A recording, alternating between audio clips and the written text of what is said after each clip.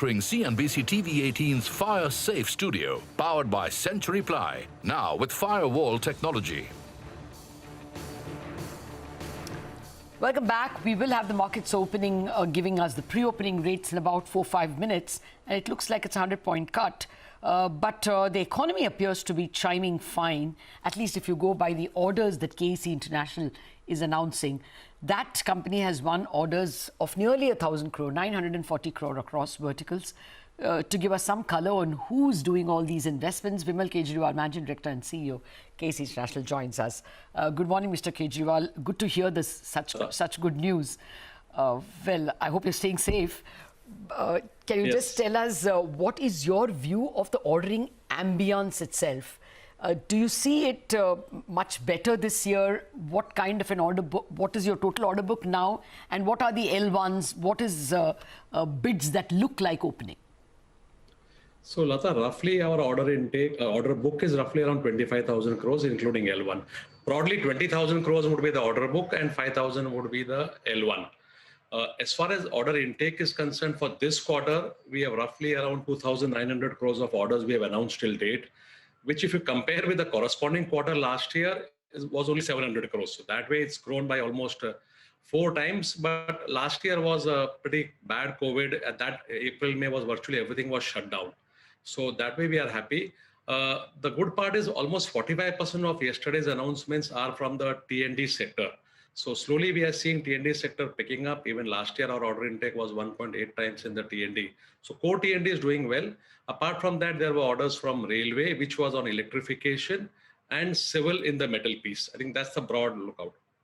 No, you're right in saying that comparing it to 700 crore last year, same time, doesn't make sense.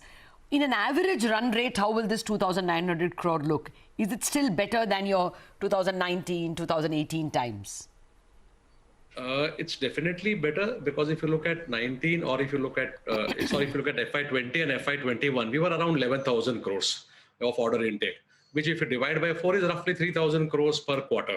So we have already reached that in the COVID era. Let me put it this way. The other thing is on the tender pipeline, and you asked about how does it look like.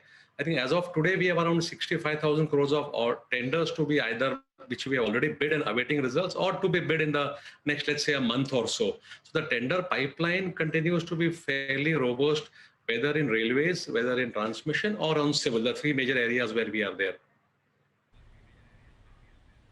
Okay, in fact, I wanted to talk about civil a little more, because I was looking at the numbers. The civil business has grown 3 times in FY21, now stands at around 1,080 crores. Can you tell us what kind of a growth do you see, particularly from the civil segment? And what about the margins? Are they better in this segment? Can you do better? So Sonia, good morning. We expect to double the revenue this year in civil. We have an order book of close to 4,000 crores in civil. In fact, earlier during this financial year, we announced a large metro order also. So civil, we are very bullish about it. And as far as the margins are concerned, they are right now lower than our other company margins, because 1,000 crore is not a great number to be in from the leverage point of view. Once we are reaching this 2,000 and maybe another growth of 50% the year after into FY23, I think the margins will start inching towards the double-digit margin. The good part of civil is that the payment terms are generally better. So amongst all our businesses, the working capital and all that are the best in the civil business. Okay, so the 2 positives here are that you're looking to double your revenues in the civil business, and double-digit margins is what you're looking at as well. Coming back to the railway business, what I understand from various reports that cover your business closely is that you've transformed in the railway business from a conventional player to a technology player with backward integration for various products. What does this really mean from an operational standpoint? Can you do better margins here? And what would the opportunities lie in railways itself? So let me explain what we mean by saying this. Is let's say 2 years back, we were only doing conventional railway, that is electrification and doubling and tripling of lines. Now what we have done is that we have also gone into the metro field, where we do the entire non-metro civil, which is laying of tracks, power supply, third rail, blast list for the metro non-civil. Civil we are doing separately in metro, but this is a railway non-metro, metro non-civil. The other piece is most of the orders which we announced yesterday are for high-speed OHE, where the railways is looking at increasing the speed of, let's say, Mumbai, Delhi and Delhi, Calcutta from 110 kilometers to 160 kilometers. So they need to change the entire signaling, they need to change the entire electrification, etc. So which is again a very specialized job which we have got into. So that's on the technology front.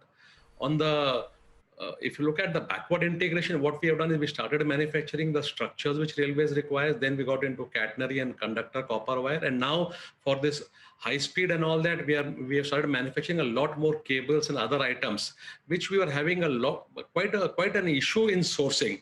See, unfortunately, the railway capex has increased in the last few years. The supply chain has not kept pace with that. So most of the vendors were small-time vendors, etc., and they were not able to ramp up capacity in the time required. So at many places we have decided to, get into backward integration, but in products which are related to us. So manufacturing of structures, cables, conductors, etc. Okay. Just a minute, Mr. Kejriwal. I just wanted to apprise, of course, people are looking at the screen, but it is a 130-point cut as of now for the Nifty. I don't want to read individual names because they're all over the place, but it's a difficult morning for the bulls. The big banks are all giving way. Federal Bank is holding up, obviously, because of good news over there, very attractive capital raising. But otherwise, ICICI, HDFC, Axis, IndusInd Bank. So Bank Nifty also will open lower, that's for sure. Mr. Kejriwal, I wanted to ask you about, execution problems. See, your subcontractor costs have gone up. Then, of course, raw material costs would have gone up. How much are you able to, what capacity are you working at because of the physical restrictions? So as far as the factories are concerned, we are working pretty okay. We have got 5 factories in India, they're all running. We have got 3 overseas, they're also all running. So I don't think we have any major issue on the factory operations. On the project side, I'll say virtually all the projects are operating, but at a reduced strength. I'll give you some numbers. We had almost 28,000 people before the second wave hit us. Went down to around 18, 19,000, unlike 15,000 which had happened the year before, last year. By yesterday, I think the numbers which came to me, we are back at 24,000. So I think one good thing which is happening in the current wave is that people are coming back much quicker than last year. So we are already back at 24, 25,000. So projects have a little bit of an issue, but I'll say it's not as bad as it was in last year Q1. Fair enough. So capacity, utilization would be what, 60, 70%? On the project side, maybe yes. On the project side, yes. Yeah. Okay. Finally, I wanted to know, you said that exports, you spoke about the 65,000 crore. I'm assuming that's domestic. How are exports doing, and do you see a faster growth there? No, the 65 does include exports also. So there are, I think, roughly around 15,000 crores of tenders are there from the Middle East in this portion. Okay. One thing which I should have mentioned is that we are seeing a huge ramp up in tendering in Middle East, probably on the back of the crude oil prices. Okay. All right. We'll leave it at that. Mr. Kejriwal, we are running into a very interesting market and a serious fall, so we will continue the conversation at a later date. Thank you very much for spending time with us.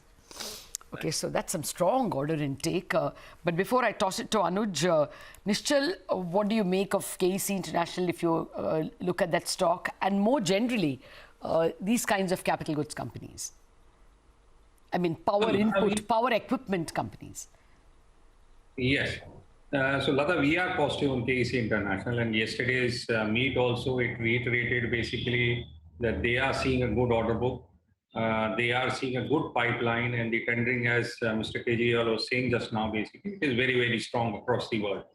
And they have got a good visibility as far as the current year is concerned. I think there would be some impact in the current quarter. Basically, as he was mentioning, the number of workers were not available. But I think the stock is also corrected. So I think it's a good time to go back and have a relook at KEC International. Similarly, I believe businesses across the power sector seems to be in a good spot. We are seeing good tendering coming in, good order books coming in basically from the government side. As you know, government is one of the major consumers for this sector.